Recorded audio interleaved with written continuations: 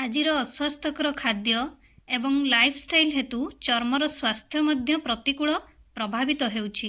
मुहरे pigmentation एक साधारण समस्या होई गलानी। मुहरे पिगमेंटेशन हेबार अनेक कारण अछि। एहार दुईटी कारण प्रेशर एवं हार्मोनाल परिवर्तन होई पारे। विशेष करी शीत दिने एही समस्या द्वारा अनेक लोक असुविधार पड़ती। एपरी परिस्थिति रे पिगमेंटेशन पाई प्रतिकार ग्रहण करने अत्यंत गुरुत्वपूर्ण। आपण किछि प्राकृतिक एवं घरोई उपचार ट्राए करी एही चर्म समस्या को भल करि परिबे। ताहले चलंतु जानिबा मुहरु केमिति पिगमेंटेशन हटाइबा ता भी पुणी घरोई उपचार द्वारा। ताहले चलंतु वीडियो आरंभ करिबा। Hi friends, good afternoon. आपण समस्त को मो तरफ नमस्कार। आशा करछि आपण माने समस्ते भलरे थिबे, मो भी भलरे अछि।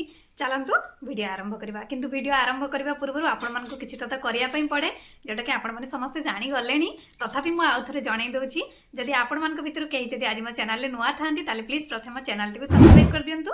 पाखरे थिबा बेल आइकन को क्लिक करंतु, जहा फଳରେ मो नुआ नुआ वीडियो रो नोटिफिकेशन आपण मान को पाखरे खूब शीघ्र पहुंची जिवो। आ आपण माने मते टिके सपोर्ट करि परिबे आगु को जीवा पई। आ एते पर्यंत जो माने मते सपोर्ट करी आछन समान तो प्रथम मोर बहुत बहुत धन्यवाद। ताले चलंतु वीडियो आरंभ करिबा। फास्ट रे आलू प्राकृतिक ब्लीचिंग एजेंट रे भरपूर अटे। प्रतिदिन आपण आलू रस सही स्थान रे लगांतु। लगई 15 मिनिट छाड़ी दियंतु। तापरे मुहटी को धोई दियंतु। देखिबे आपणकर पिगमेंटेशन समस्या पूरा पूरी चली जिवो। सेकेंड रे नहेले आपण माने लाल मसूर डाली को पानी सहित मिसाई आपण एक पेस्ट प्रस्तुत करंतु। एही पेस्ट को आपणक मुहरे भल भाबरे लगांतु। एहाकू किछि मिनिट पई सुखिबा को दियंतु। तापरे उषुम पानी रे आपण सेही पेस्ट को बाहर कर दियंतु। थर्ड रे नहेले आपण माने टमाटो को भी लगेई पारिबे, कारण टमाटर रे प्राकृतिक ब्लीचिंग एजेंट थाए।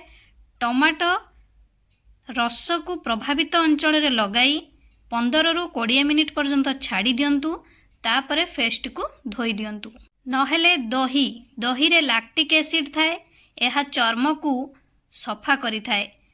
सेथि पई आपण माने गाधोइबा पूर्वरु 20 मिनिट पर्यंत दही को फेस रे जदी लगेई छाड़ी दियंती, ताहले देखिबे आपणकर मुहरे थिबा पिगमेंटेशन समस्या पूरा पूरी रिमूव हो जिवो।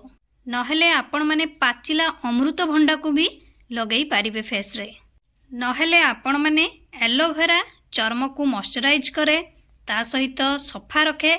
तेणु आपण माने एलोवेरा जेल को मध्य पिगमेंटेशन स्थान रे लगेई पारिबे।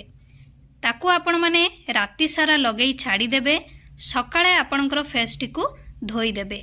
नहेले आपण माने हळदी को भी लगेई पारिबे, कारण हळदी हेउची एंटी इन्फ्लामेटरी एवं एंटी ऑक्सीडेंट रो गुण रे भरपूर। हळदी महू नहेले आपण माने हळदी केवल पानी रे पेस्ट कर नेबे। मुहरे आपण माने लगेई नेबे। 20 मिनिट लगेई छाड़ी देबे। तापरे फेस्ट को धोई देबे।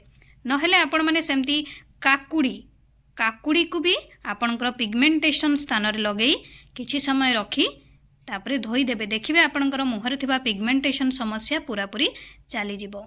सेमती नहेले आपण माने एप्पल साइडर विनेगर को पानी रे मिसाई एक कॉटन बॉल द्वारा आपण माने आपणक पिगमेंटेशन जगह रे लगेई पारिबे। किंतु लगेई 5 रु 10 मिनिट छाड़ी देबे। तापरे फेस्ट को धोइबे।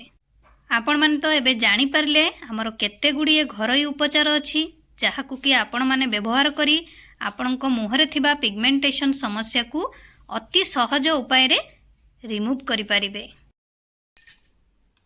आशा करुछि आपण मान को वीडियो भल लागिथिबो। मु ताले रहुछि, पुणी देखाबो नेक्स्ट वीडियो रे। किंतु आपण माने please like comment share subscribe करिया पे भूलिबेनी। मते ताले विदाई दियंतु। नमस्कार।